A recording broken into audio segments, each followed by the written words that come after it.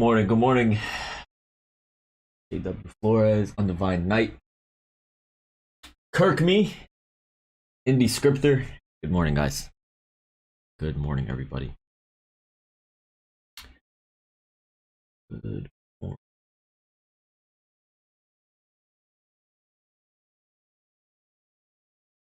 Good morning, Alejandro.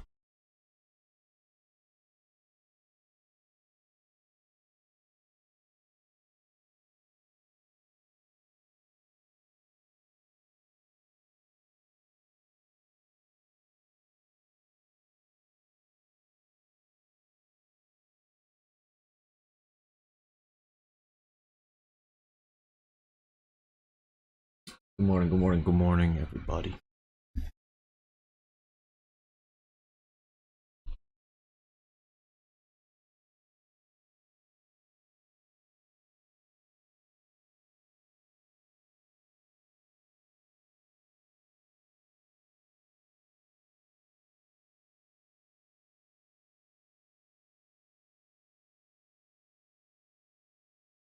NASDAQ 300.14 is major resistance, and that's coinciding perfectly with the 10 SMA on the NASDAQ.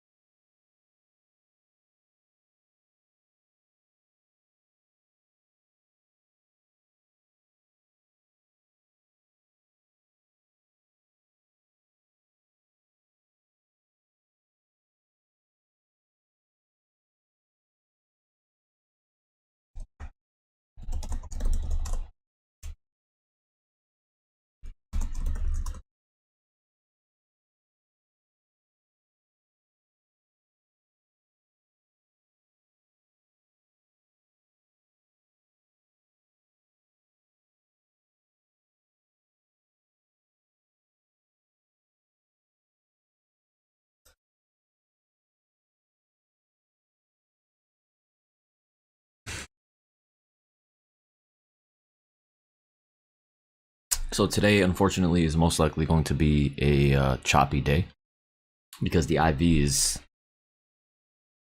much higher than it normally is. It's at 40%.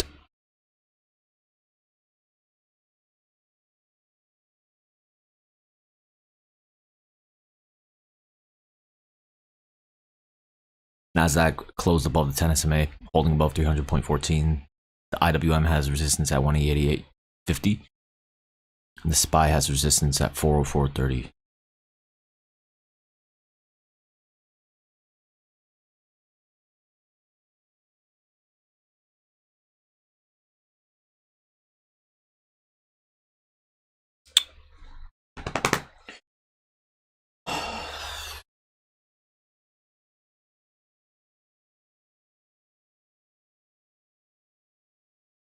Yeah, today is definitely not gonna be a huge day in terms of price movement. But it is a huge day for me. I finally got a computer chair.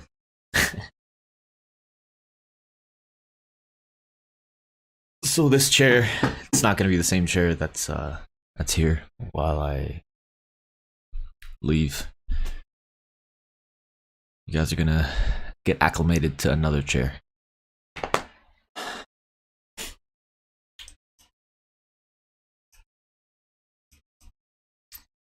But for now, we're just looking for good setups.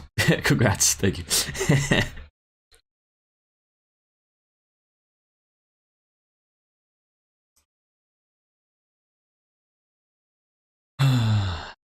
Yeah, Powell speaks at 10, so that's why IV is gonna be higher.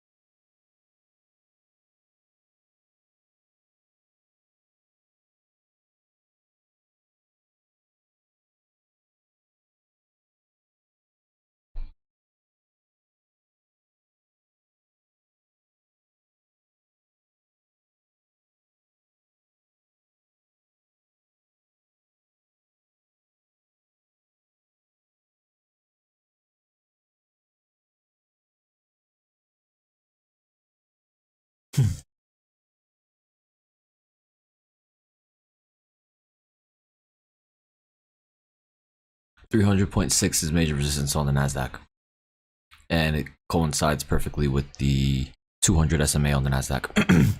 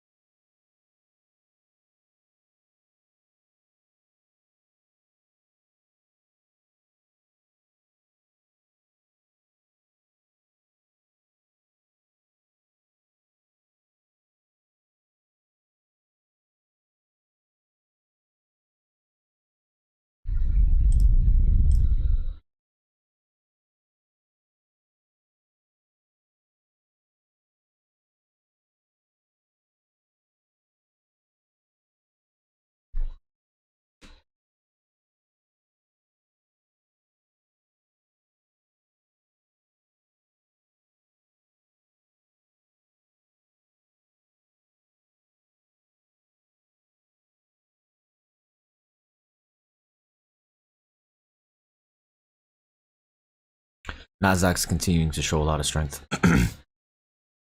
Another high day on the NASDAQ. IWM high day. Now it's at the 50 SMA. The IWM and the SPY are at the 50 SMA on the minute.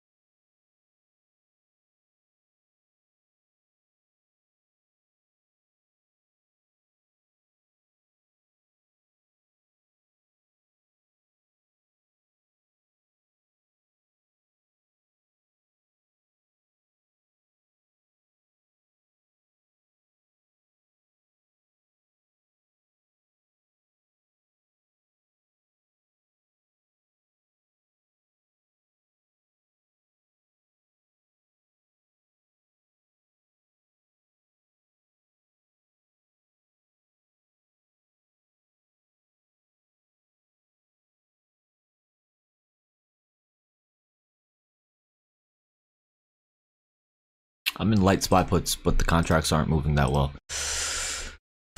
But the momentum should be breaking lower, but the contracts are just very bad. And on choppy days when the IV is high, they're gonna play around with the IV and not make the moves that easy and comfortable.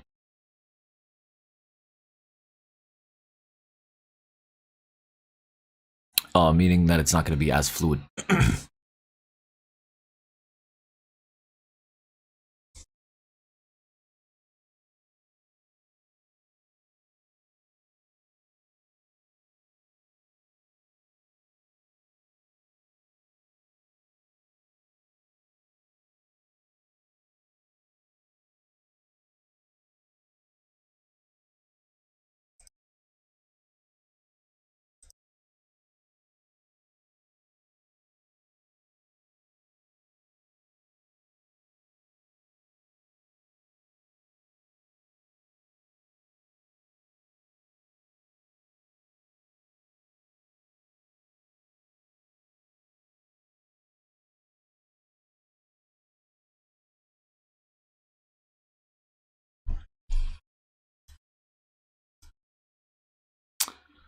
Selling some. Stupid. Contracts are barely moving.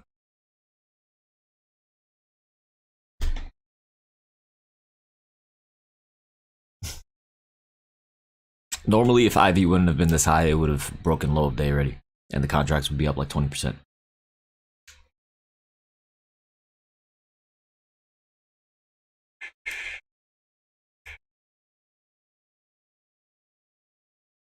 Nice.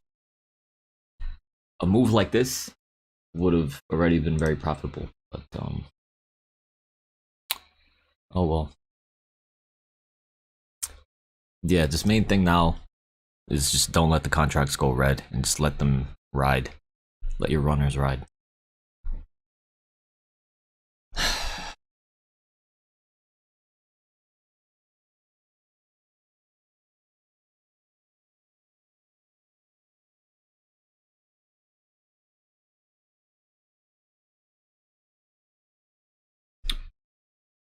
Make sure you don't let it go back red.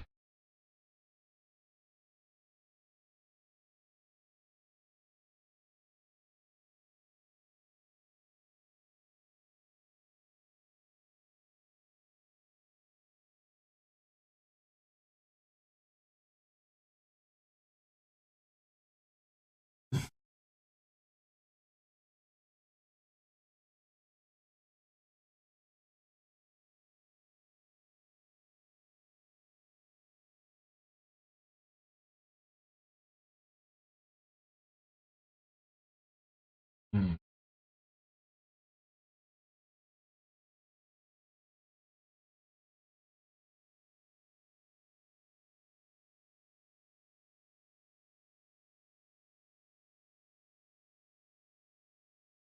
IWM is showing weakness, but the NASDAQ and the SPY are showing strength.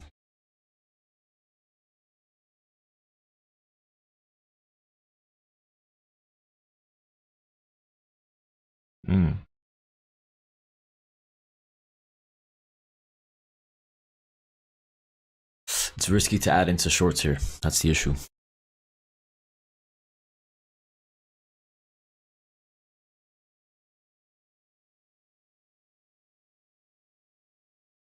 NASDAQ is right at VWAP and the 10 SMA now. And the SPY is at 404.10. So, and the IWM is at support as well. So this is a very important little level of support here.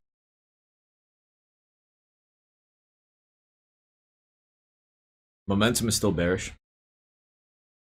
But basically now, if they rip this candle up above like 404.30, 404.40, then we will go long. Most likely.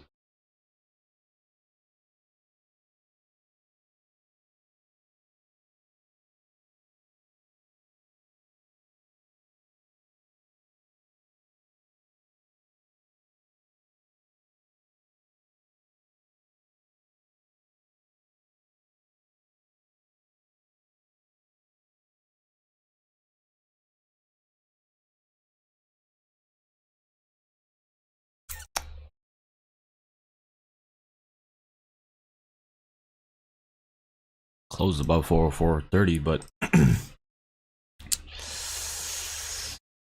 doesn't seem as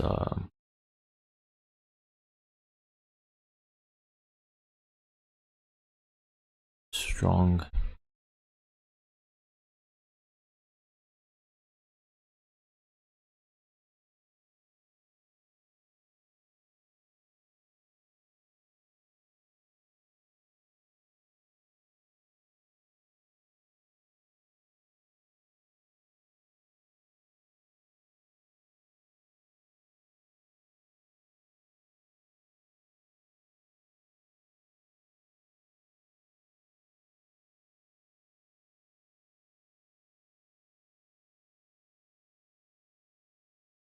This is where bulls want it to bounce.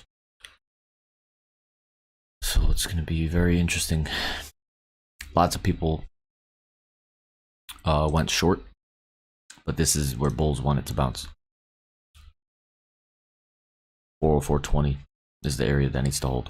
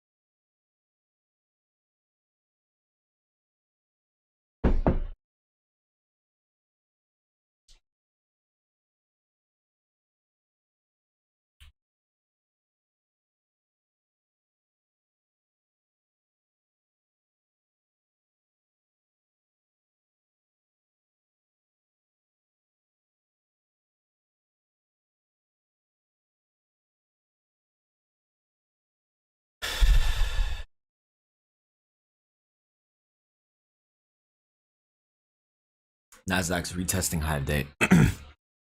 IWM broke above high of day. It's not clean for late bulls to add here.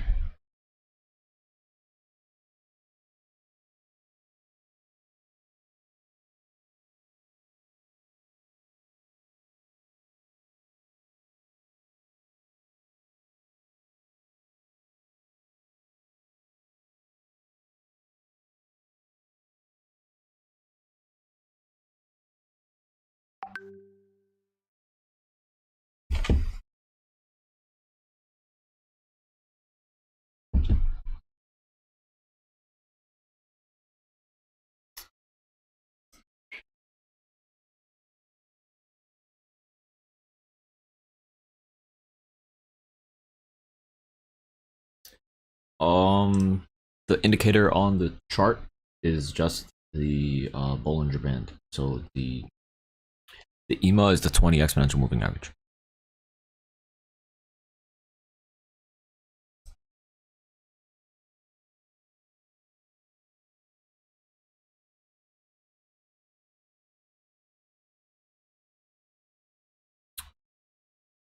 So this is a similar situation to a few minutes ago when we needed to hold 404.20. So late bulls want this to hold above 404.40. Very similar to what happened a few minutes ago.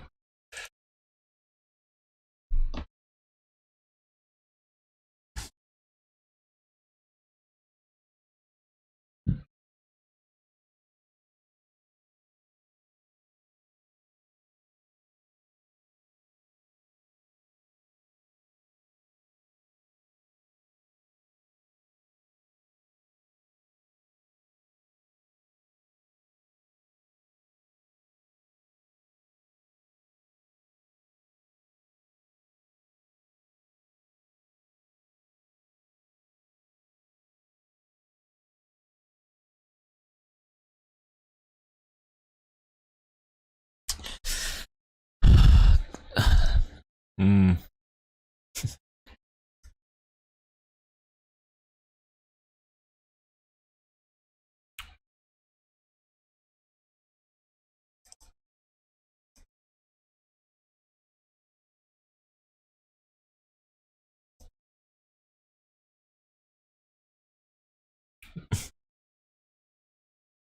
IWM is right below resistance. The NASDAQ is holding above support. And the SPY is holding right above the 50 SMA and the VWAP.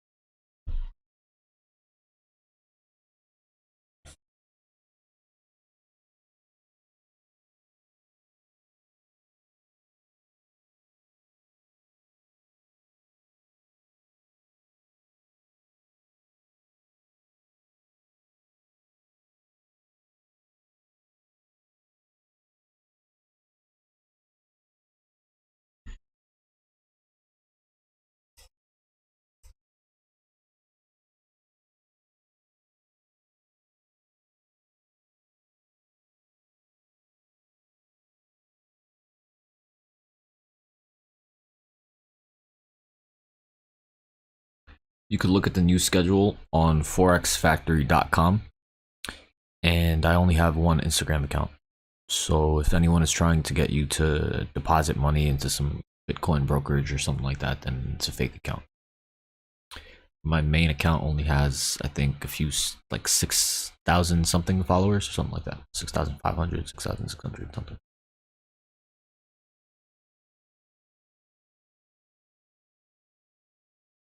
Scammers have like 15,000 followers. I'm like, whoa, you guys are famous. But yeah, no, please don't. If you're unsure about something, then send me like just make sure before you put money into anything or something like that.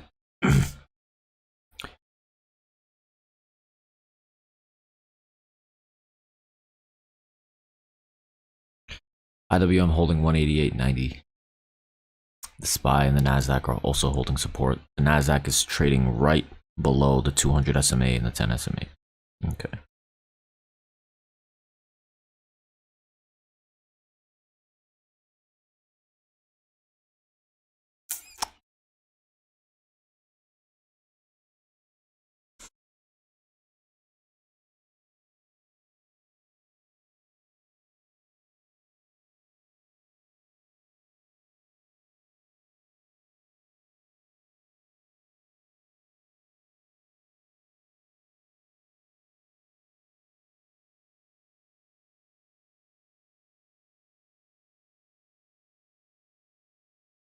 Momentum is bearish unless we get a really big green candle.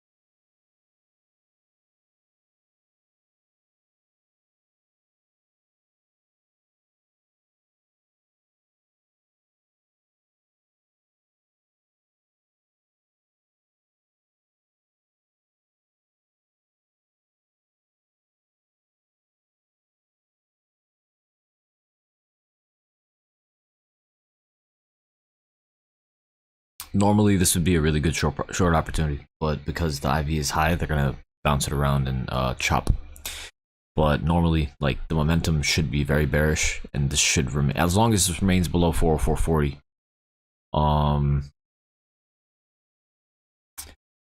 But they're not rewarding late bulls or late bears. That's the issue. There's no follow through momentum so far.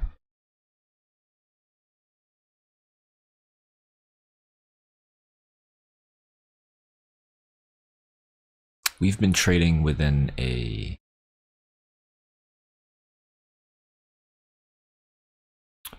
a 60-cent range on the SPY all morning. A 60-cent range. That's crazy.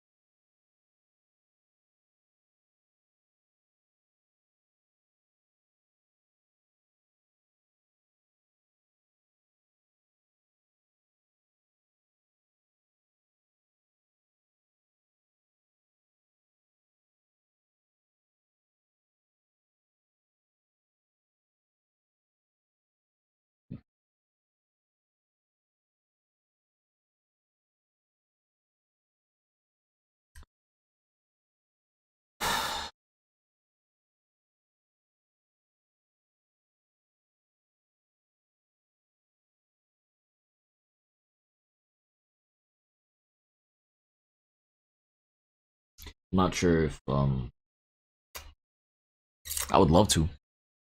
I would love to just spam out a bunch of trades, but with IV this high and with Powell about to speak,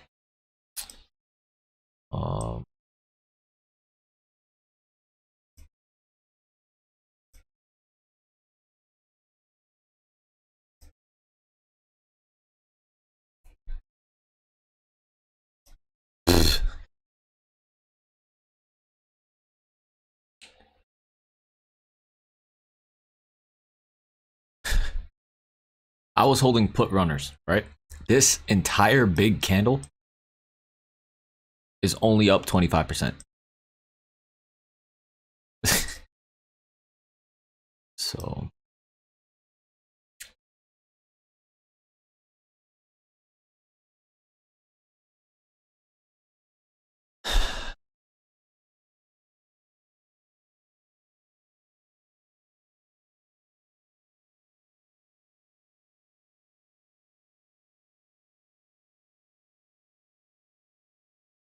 also yeah.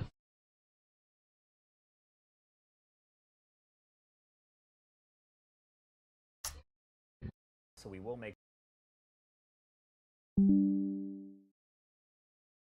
sure to bring you those comments live, raw, and unfiltered.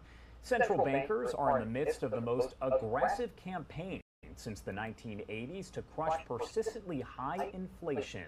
Although the consumer price index has slowly fallen from a high of 9.1% notched in June, it does remain about 3 times higher than the pre-pandemic level. Markets are closely watching Powell for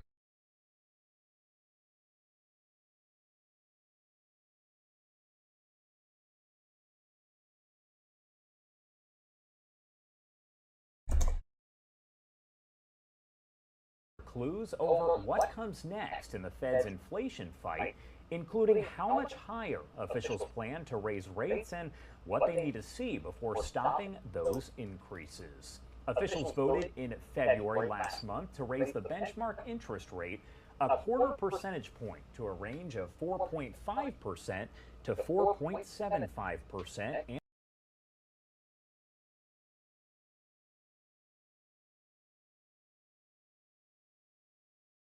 and signaled that, quote, couple more increases are on the table this year. That followed a half-point increase at their December meeting and 4 consecutive 75 basis point moves prior to that. The Fed's rate-setting committee meets later on this month. Markets likely expect the Fed to continue raising rates at a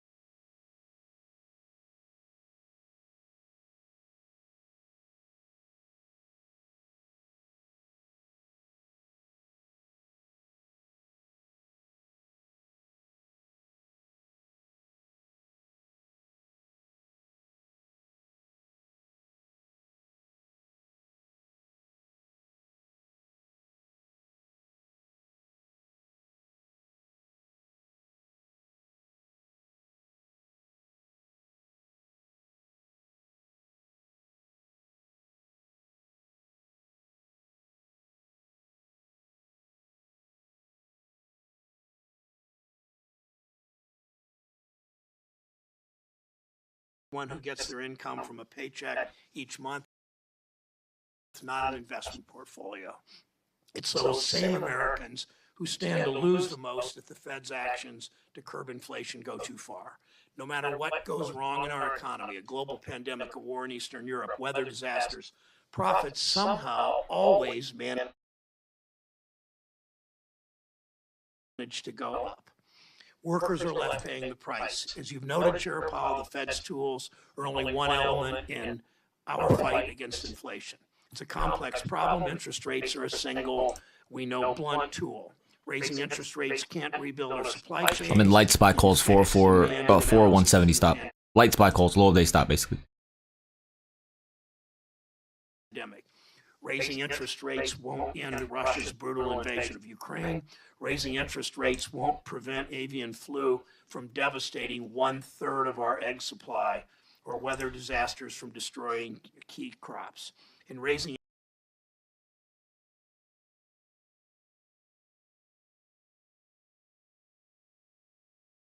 interest rates certainly won't stop big corporations from exploiting all of these crises to jack up prices far beyond the increase in their costs. Contracts moving way better. Record high. Corporate Take some profit. Contracts moving way better. This is the exact. This is almost the same money we made on the earlier trade. Their costs are going up. The workers just want to be paid too much. They have no other choice, they tell us. Yet when you look at their profits and their executive salaries and their stock buyback plans, it sure doesn't look like corporations have exhausted every available alternative. It's so brazen. Even global bankers called on the Fed to identify this profiteering is one of the biggest drivers of inflation. Paul Donovan, chief economist of Global Wealth Management at UBS, wrote, "The Fed should make clear that raising profit margins are spurring inflation. Companies have passed higher costs on to consumers, but they've also taken advantage of circumstances to expand profit margins. The broadening of inflation beyond commodity prices is more profit margin expansion than wage cost pressures." Think about that. From a chief economist at UBS, I'll say it again, they've taken advantage, these companies have taken advantage of circumstances to expand profit margins. The broadening of inflation beyond commodity prices is more profit margin expansion than wage cost pressures, unquote. The Fed, understandably, the Fed can't force corporations to change their ways or rewrite the Wall Street business model on its own, but the Fed can talk about it. high interest rates, falling wages, increasing unemployment are all hallmarks of failed policies that end up helping Wall Street, the largest corporations in the country, the wealthiest people in the country. Because let's be clear what we're talking about when people use the economic speak that can cloud this conversation. Cooling the economy means laying off workers. Lowering demand means workers get fewer raises. Of course, there are times when the Fed must act. We can't allow inflation to become entrenched. We've seen encouraging trends that isn't happening. And there are other ways we can bring prices down instead of lowering demand. Again, making people poorer, laying people off, denying worker raises. We can speed up and strengthen our supply chains. We can bring critical manufacturing back to the U.S. We can rebuild our infrastructure. It's what we're doing with the CHIPS Act, with the Inflation Reduction Act, with the bipartisan infrastructure bill. For the first time in decades, we're finally recognizing the damage that I and many of my colleagues warned the corporate offshoring would do to our economy. Look at East Palestine, Ohio, a community that Senator Vance and I have visited a number of times recently. America learned about this small town last month when a Norfolk Southern train derailed and spewed hazardous material into this community. East Palestine is more than just a disaster headline. Columbiana County was once the center of American ceramics manufacturing, at one time producing 80% of ceramics of dishware in this country. One county produced 80% of it. When I was there last week. If you are just joining us here, it is 10:07 on the East Coast and 7:07 on the West Coast. Jerome Powell, the Fed chairman, expected to testify before Congress any moment now. But I do actually want to get to some breaking news on a story that we have been following here on Live Now from Fox. The Associated Press just reporting here from the Mexican governor that 2 of the missing Americans have been found dead, one of them wounded and traveling Friday.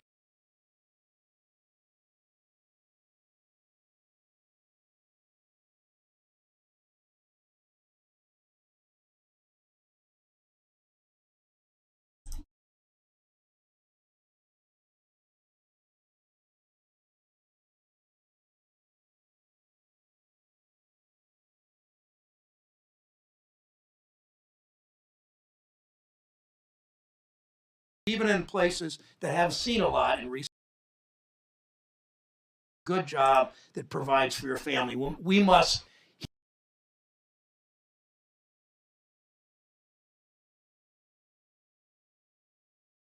here ensure that all Americans have the opportunity for that dignity of work. It's a critical time. The consequences of missteps could be severe. Mr. Chairman, 2 more things that affect your job. It's not just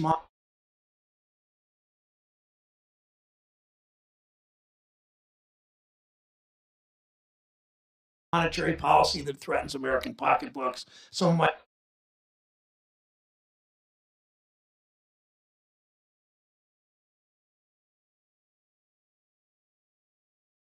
colleagues have threatened the nation's full faith and credit by holding the debt ceiling hostage.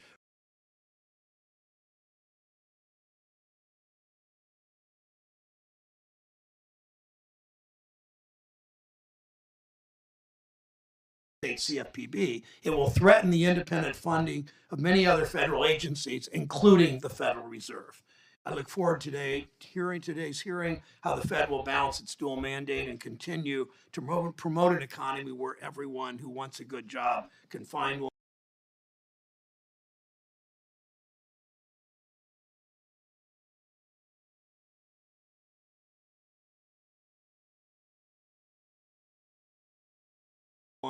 An economy that works for everyone. Senator Scott. Sorry. Fine. Good morning, Chairman Powell.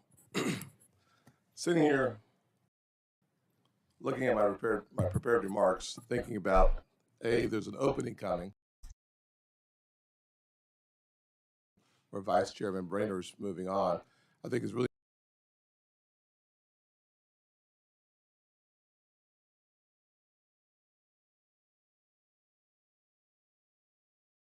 important for us to make sure that all the information that we need in order to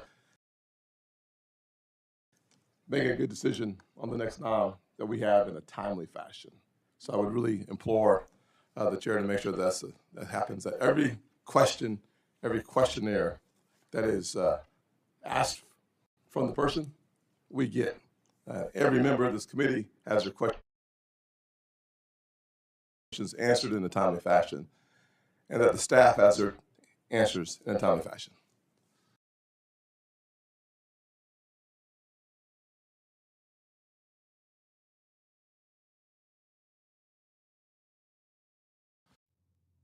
Listening to Chairman Brown struggle because of the weight of the government on their shoulders, seeing the devastation from South Carolina to Ohio, it's unbelievable that the progressives in this country who caused a 9.1% inflation would then turn somewhere besides in the mirror to see the absolute devastation caused by their out-of-control spending is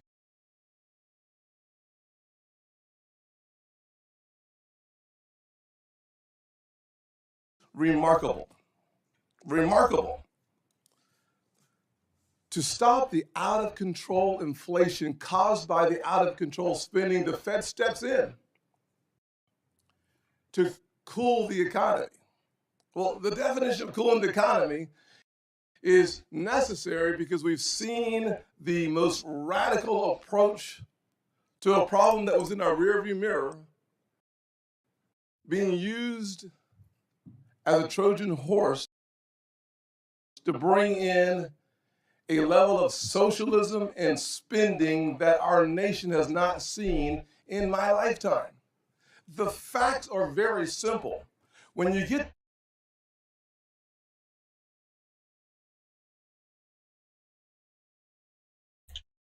to 9.1% inflation in this nation, as a kid who grew up in a single-parent household, mired in poverty, a 40% today, 100% just a year ago increase in the gas prices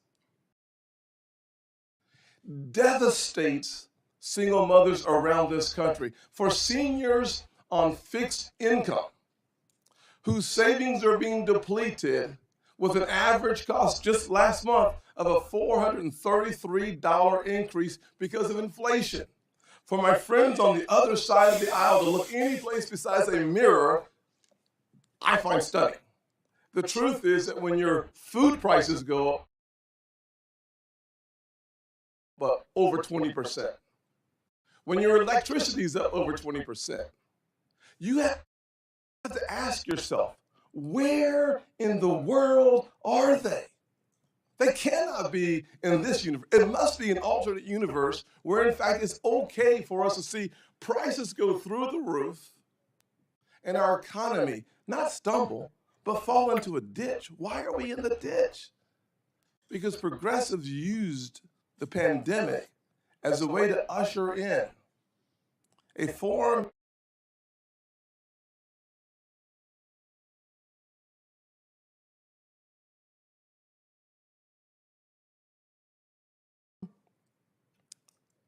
of spending that takes the money out of the pockets of everyday Americans and puts it in the coffers of the government.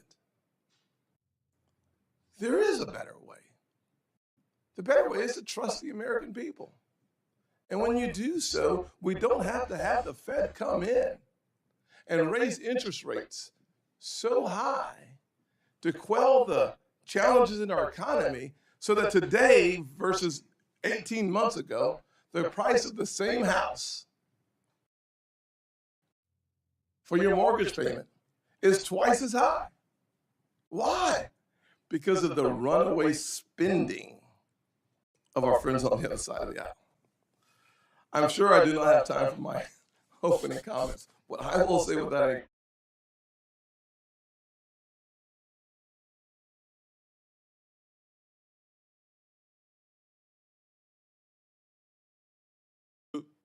devastation of a snarling supply chain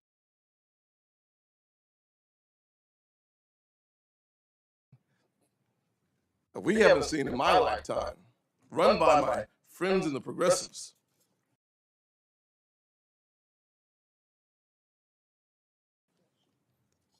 Unbelievable.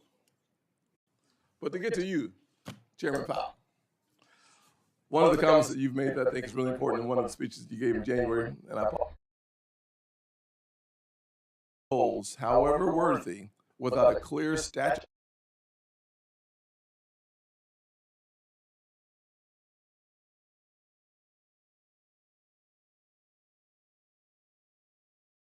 mandate would undermine the case of our independence. You further noted that, and I quote, without explicit congressional legislation, it would be inappropriate for us to use our monetary policy. I think everyone is just waiting for Powell to speak. To promote a greener economy or to achieve other climate-based goals. We are not and will not be a climate policymaker. Do you still stand by those comments? Oh, snap. Thank you. Finally, I know we're not in the question. I know. I get it. Finally, You now have 4 minutes and 12 seconds. yes, I knew the chairman would dock that for my time, and I appreciate you doing so with a great humor. Finally, several of my Republican colleagues and I sent a letter to you discussing Vice Chair of Supervision Michael Barr's plan to conduct a holistic review of capital standards. I look forward to discussing those capital standards during my Q&A, and I will thank you for our recent conversation that we had that helped illuminate some of the necessary challenges that we face as a nation and your answers to it. Thank you, Mr. Chairman. Thank you. Speaking of illuminating, thank you, Senator Scott. Yes, sir. Thank you for allowing me to use this. Today we'll hear from Chair of the Federal Reserve, Jerome Powell, on monetary policy in the state of our economy. And I don't expect Chair Powell to weigh in on the mini debate we just had, but I think we all know that the debt increase was much larger under President Trump and a Republican Senate than it has been since. Chair Powell, thank you for your service and your testimony today. Chairman Brown, Ranking Member Scott, and other members of the report. My colleagues are aware that high inflation is causing significant hardship, and we're strongly committed to returning inflation to our 2% goal. Over the past year, we've taken forceful actions to tighten the stance of monetary policy. We have covered a lot of ground, and the full effects of our tightening so far are yet to be felt. Even so, we have more work to do. Our policy actions are guided by our dual mandate to promote maximum employment and stable prices. Without price stability, the economy does not work for anyone. In particular, without price stability, we will not achieve a sustained period of labor market conditions that benefit all. I'll review the current economic situation before turning to monetary policy. The data from January on employment, consumer spending, manufacturing production, and inflation have partly reversed the softening trends that we'd seen in the data just a month ago. Some of this reversal likely reflects the unseasonably warm weather in January in much of the country. Still, the breadth of the reversal, along with revisions to the previous quarter, suggests that inflationary pressures are running higher than expected at the time of our previous FOMC meeting. From a broader perspective, inflation has moderated somewhat since the middle of last year, but remains well above This should explode up. long-run objective of 2%.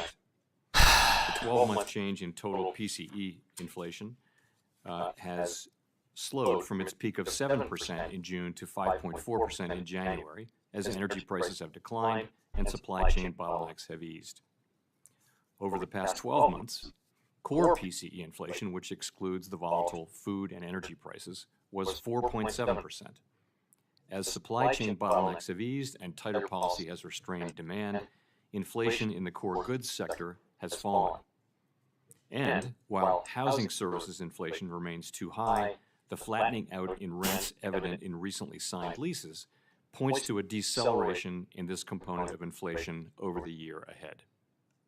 Please. That said, there is little sign of disinflation thus far in the category of core services excluding housing, a category that accounts for more than half of core consumer expenditures. To restore price stability, we'll need to see lower inflation in this sector, and there will very likely be some softening in the labor market conditions. Although nominal wage gains have slowed somewhat in recent months, they remain above what is consistent with 2% inflation and current trends in productivity. Strong wage growth is good for workers, but only if it's not eroded by inflation. Turning to growth, the U.S. economy has slowed significantly last year, with real GDP rising at a below-trend pace of 0.9%. Although consumer spending appears to be expanding at a solid pace this quarter, other recent indicators point to subdued growth of spending and production. Activity in the housing sector continues to weaken, largely reflecting higher mortgage rates. Higher interest rates and slower output growth also appear to be weighing on business fixed investment. Despite the slowdown in growth, the labor market remains extremely tight. The unemployment rate was 3.4% in January, its lowest level since 1969. Job gains remained very strong in January, while the supply of labor has continued to lag. As of the end of December, there were 1.9 job openings for each unemployed individual, close to the all-time peak recorded last March, while unemployment insurance claims have remained near historical lows. Turning to monetary policy. With inflation well above our longer-run goal of 2%, and with the labor market remaining extremely tight, the FOMC has continued to tighten the stance of monetary policy, raising interest rates by 4.5 percentage points over the past year. We continue to anticipate that ongoing increases in the target range for the federal funds rate will be appropriate in order to attain a stance of monetary policy that is sufficiently restrictive to return inflation to 2% over time. In addition, we are continuing the process of significantly reducing the size of our balance sheet. We are seeing the effects of our policy actions on demand in the most interest-sensitive sectors of the economy. It will take time, however, for the full effects of monetary restraint to be realized, especially on inflation. In light of the cumulative tightening of monetary policy and the lags with which monetary policy affects economic activity and inflation, the committee slowed the pace of interest rate increases over its past 2 meetings. We will continue to make our decisions meeting by meeting, taking into account the totality of the incoming data and their implications for the outlook for economic activity and inflation. Although inflation has been moderating in recent months, the process of getting inflation back down to 2% has a long way to go and is likely to be bumpy. As I mentioned, the latest economic data have come in stronger than expected, which suggests that the ultimate level of interest rates is likely to be higher than previously anticipated. If the totality of the data were to indicate that faster tightening is warranted, we'd be prepared to increase the pace of rate hikes. Restoring price stability will likely require that we maintain a restrictive stance of monetary policy for some time. Our overarching focus is using our tools to bring inflation back down to our 2% goal and to keep longer-term inflation expectations well anchored. Restoring price stability is essential to set the stage for achieving maximum employment and stable prices over the longer run. The historical record cautions strongly against prematurely loosening policy. We will stay the course until the job is done. To conclude, we understand that our actions affect communities, families, and businesses across the country. Everything we do is in service to our public mission. At the Federal Reserve, we will do everything we can to achieve our maximum employment and price stability goals. Thank you. I look forward to your questions. Thank you, Mr. Chair. There are 23 of us on this committee. Almost everyone will be here today. I ask each of us to stay as close to the 5-minute mark as we can because we have votes at 11:30. So thank you all for your cooperation. Chair Powell, thank you. Job growth is strong as unemployment remains historically low. You might not know that from the opening statements. Many drivers of inflation, corporate greed, rising inequality, supply chain disruptions, Russia's bestiality, if you will, in Ukraine, won't get better because of interest rate increases. Every indication is that this post-pandemic economy is different. Should we be worried, Mr. Chair, that the Fed is treating this economic period as it has in the past instead of reacting differently? Thank you, Mr. Chairman. So we've been aware since the very beginning and have discussed this publicly on many occasions that there are some differences this time. We, in particular, have not seen the kind of supply side collapse that we saw at the very beginning of the inflation outbreak. Also, the outbreak of a war, which had significant effects on commodity prices a year ago. So all that is different. There are also, though, some similarities. There is a mismatch between supply and demand. You can see that in the goods sector still. You saw it in housing prices going up over 40% since before the pandemic, and you see it in the labor market where we have 1.9 job openings for every opening, for every unemployed person. So we're well aware that this particular situation involves a mix of cycles of forces, not all of which our tools can affect, but there is a job here for us to do in better aligning demand with supply. Okay, understanding you have limited tools to address inflation, and our conversations in the past show my concern about continued rate increases that may not actually address the root cause of inflation. They hurt workers, and many of us contend we can't follow the same old playbook. Next question. Last year, 3 banking regulators issued proposed updates on the Community Reinvestment Act to account for changes in our banking system. My question is, does the Fed remain committed to work with FDIC and OCC to finalize a CRA rule, and when will that rule likely be finalized? Yes, we do remain committed, and I believe we are in broad agreement with the other 2 agencies on the revisions to the rule. So now we're in the process of writing all that down, and that'll take some time. And then after that, of course, it will come to the Board of Governors for a vote, and that'll involve briefings and discussions. And I can't give you an exact date, but as quickly as possible. Yes, but it will. No, we're going to take our months. Take our time. Banks weathered the shock of the COVID-19 shutdowns mostly because of the fiscal response provided by Congress. We now see a spike in loan delinquencies, an increase in overall risk.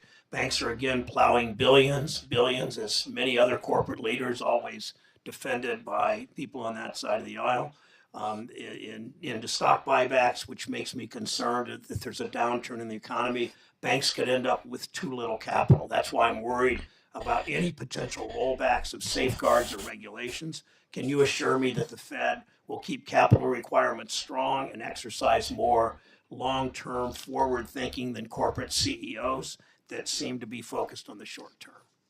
I can assure you as to the first part that we'll keep capital requirements strong. I didn't expect you to comment on give me an opinion about you're looking more forward than companies that look at the short-term benefits of stock buybacks. Mr. Chair, when you last testified, I asked you about the risk posed by crypto assets, stablecoin, the Fed, and other regulated possibilities. How's the Fed evaluating the risks of crypto-related activities by your supervised institutions? So this is something we've been quite active in this area, and I'll say that we believe that innovation is very important over time to the economy. We don't want to stifle innovation. We don't want regulation to stifle innovation in a way that just favors incumbents and that kind of thing. But like everyone else, we're watching what's been happening in the crypto space, and what we see is quite a lot of turmoil. We see fraud. We see a lack of transparency. We see run risk. Lots and lots of things like that. And so what we've been doing is making sure that the regulated financial institutions that we supervise and regulate are careful, are taking great care in the ways that they engage with the with the whole crypto space, and that they give us prior notice. And we've issued, along with the FDIC and the OCC, a number of issuances of notices to that effect. Thank you, and I will close with this. I've long pushed for the Fed to prioritize workers and for the leaders of the Fed to reflect the diversity of our country. We've made progress, but our work is not done. We have a new opening. Understand, it's not your job to appoint the new Fed member. We have a number of upcoming vacancies at the reserve banks. I support Senator Reid from Rhode Island, Senator Menendez from New Jersey, and other colleagues who are pushing for more diverse voices at the Fed. Senator Scott. Thank you, Chairman. Obviously, the chairman and I both have strong passions about the challenges that we face as a country. The one thing that I do believe that we agree on is the importance of having a strong capital markets as it relates to making sure that Americans have the ability to continue to grow their businesses and to solve their challenges. And frankly, I hope that we get there. Building on the same comment that the chairman had on capital standards is where I'm going to go with my thoughts today.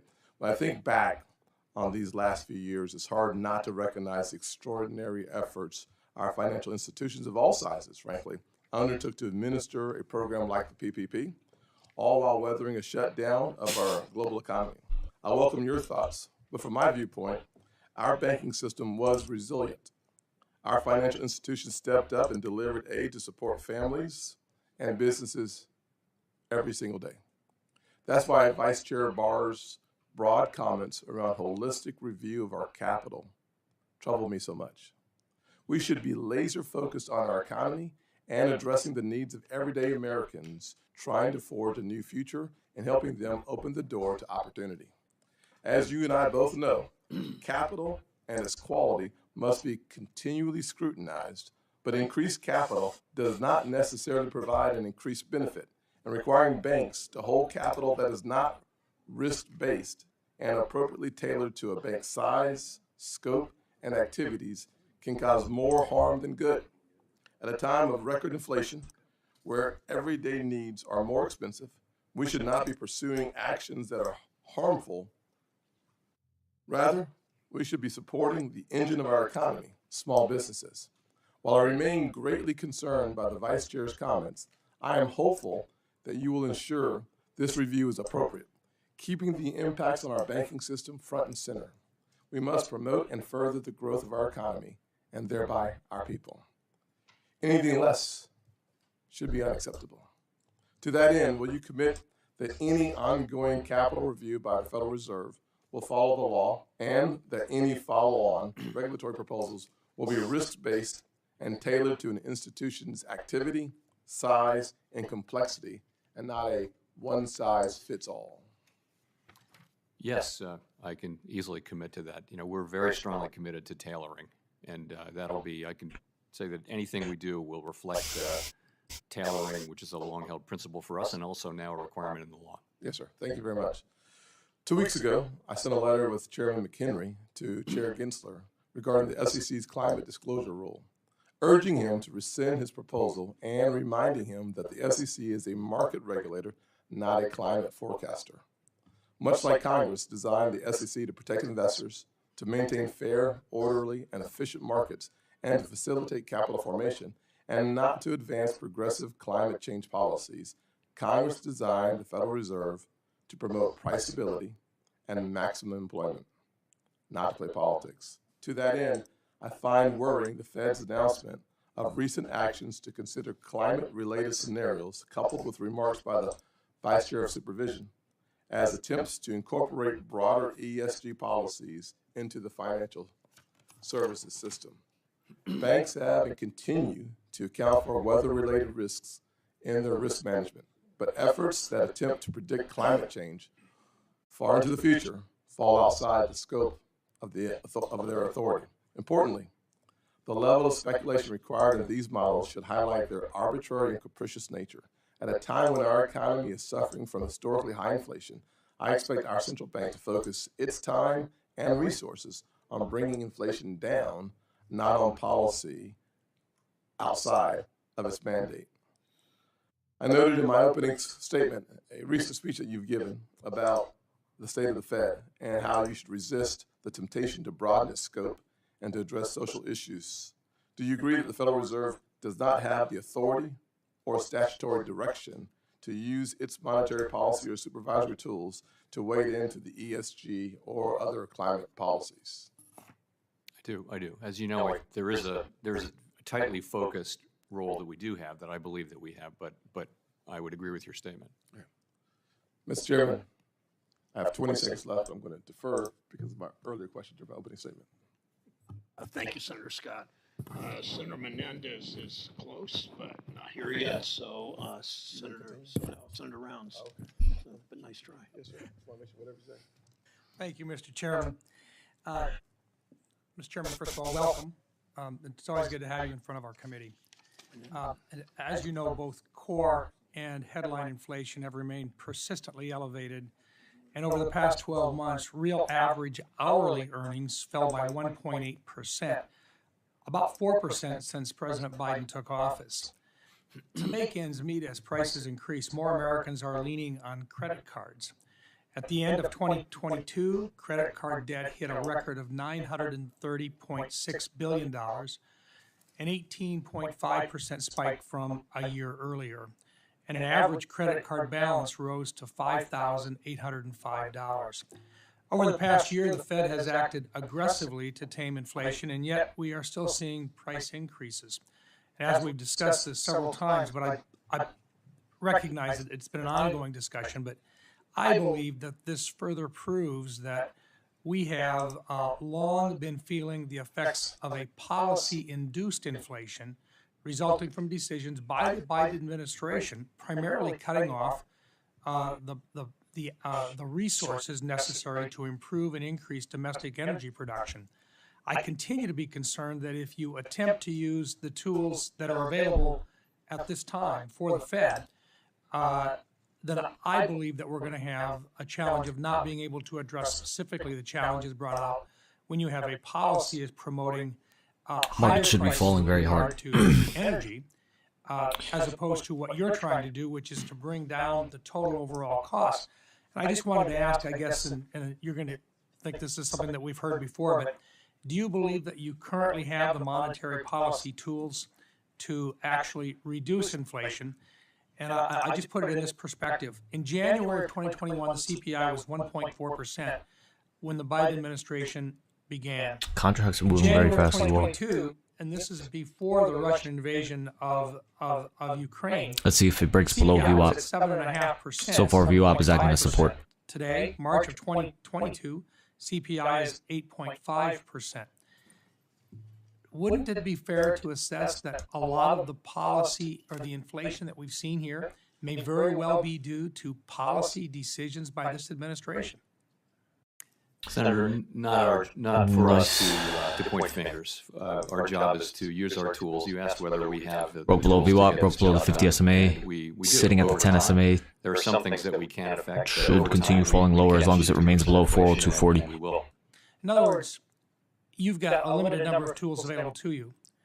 And the limited number of tools that you have are designed to impact simply the reduction in prices and so forth. And yet, if there are competing interests out there that are pushing prices higher, you don't have the wherewithal to decide one tool versus another based on whether it's policy-induced or whether it is a matter of a shortage in supplies from outside or whether it's war-related. That's right. Our tools essentially work on demand, moderating demand, and so that's what we can do. So if there were policies in place that actually help to reduce inflation, in other words, and by that I'm just going to look at energy alone just as a good example. If policies were in place that were actually allowing energy prices to come down in the United States, then you would have less of a need to use the very blunt tools that you do have right now with regard to increasing rate increases. Is that a fair statement, sir?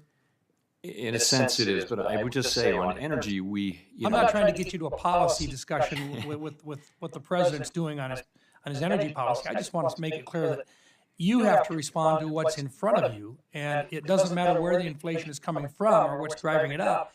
You're simply trying to bring it back down to that 2% number with the only tools that you've really got. Yes, but I will say on energy, energy has tended over time to fluctuate up and down, and it's not mainly affected by our tools. So the things we look at are really things that are tightly linked to demand in the U.S. economy. Those we can affect. And I think just the fact that you've been increasing interest rates, and yet inflation continues to ride up, would suggest, just as you've just indicated, that when you have high energy prices, it's tough to impact that part of it with the monetary policy that you've got. So we focus on everything, but we also focus on core in particular, which doesn't include energy prices. And what's happened is core inflation has come down, but nowhere near as fast as we might have hoped, and it has a long way to go. Thank you. One last question. Last June, Vice Chairman of Supervision Michael Barr testified before this committee that he would defend the use of the aggregation method as an alternative approach to the insurance capital standards, the ICS, proposed by the IAIS. As the final compatibility criteria is set to come out later this year, can you confirm that you share Vice Chair Barr's views on this AM? I will confirm that, but I'll have to get back to you on the status of that. Okay, thank you. Thank you, Mr. Chairman. Thanks, Senator Menendez of New Jersey is recognized. Thank you. Thanks, Mr. around. Chair. I'll take this moment to remind my colleagues that there are more than 62 million Latinos that call the United States home. We are the largest minority group in the country. We account for nearly 20% of the United States population.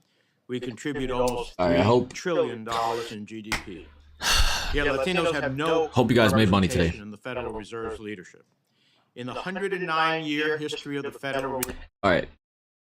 I hope you guys made money today. Markets were very choppy, but we got in at pretty good times. Played some scalps. Pretty good, regardless. But yeah, this meeting I think ends at 11:30, and then we have another speech tomorrow at 10 a.m. along with more news, and I believe we also have news coming out pre-market tomorrow as well. But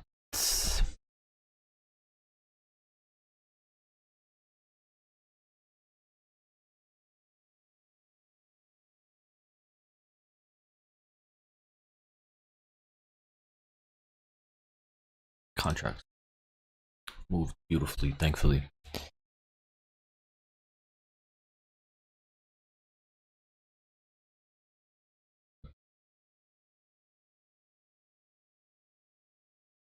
Let's see if they break this below 40160.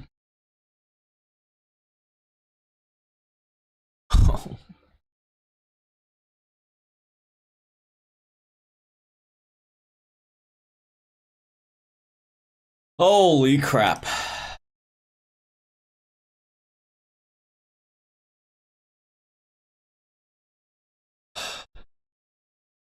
Nice.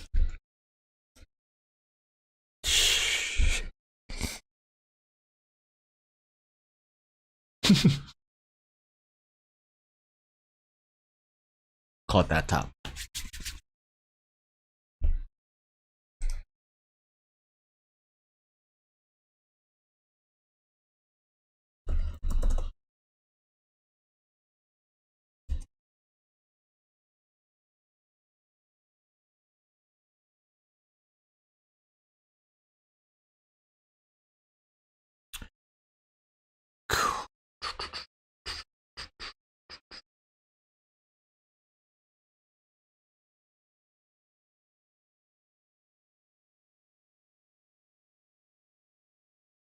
Sexy. Nice.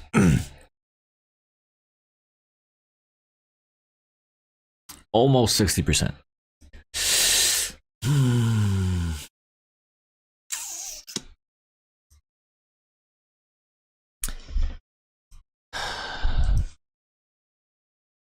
All right, I'm gonna sell everything and call it a day. Actually, I sold everything, but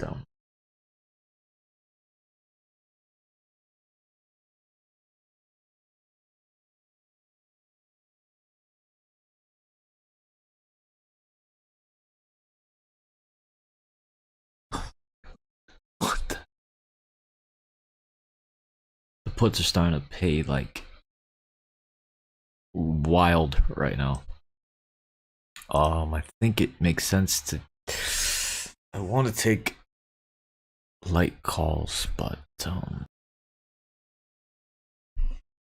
this would just be purely risky and speculative. Yeah, we should have taken calls.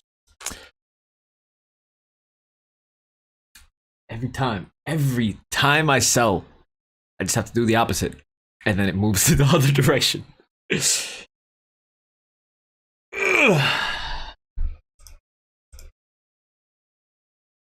Like every time I sell puts, I should just buy calls.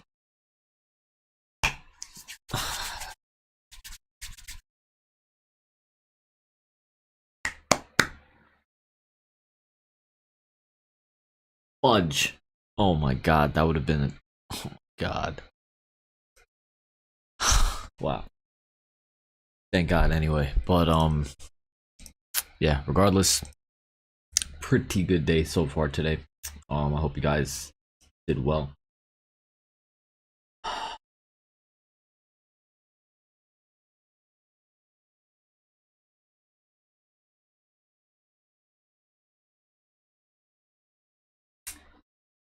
Love you guys, man.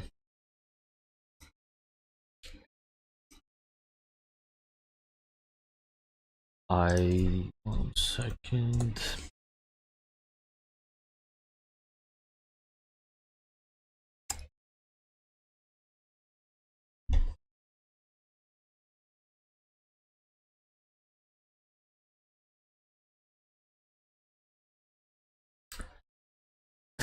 All right, guys.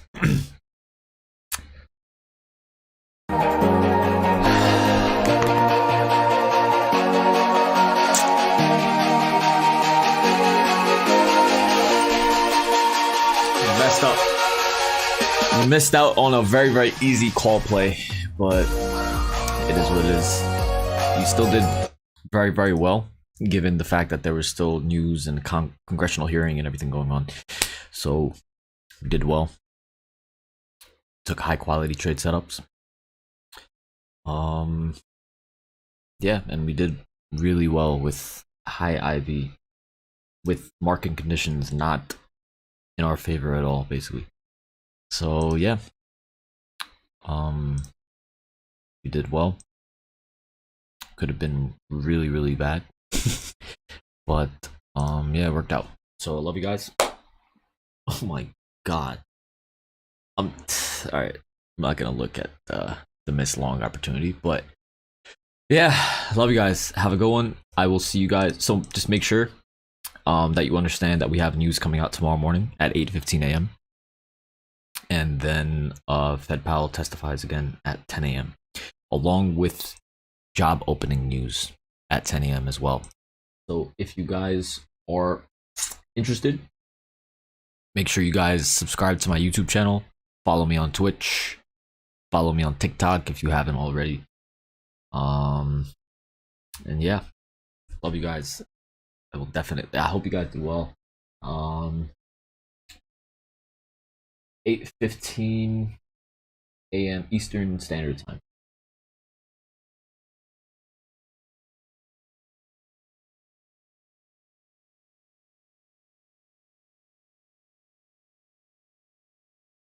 All right, guys. Love you guys. Take care.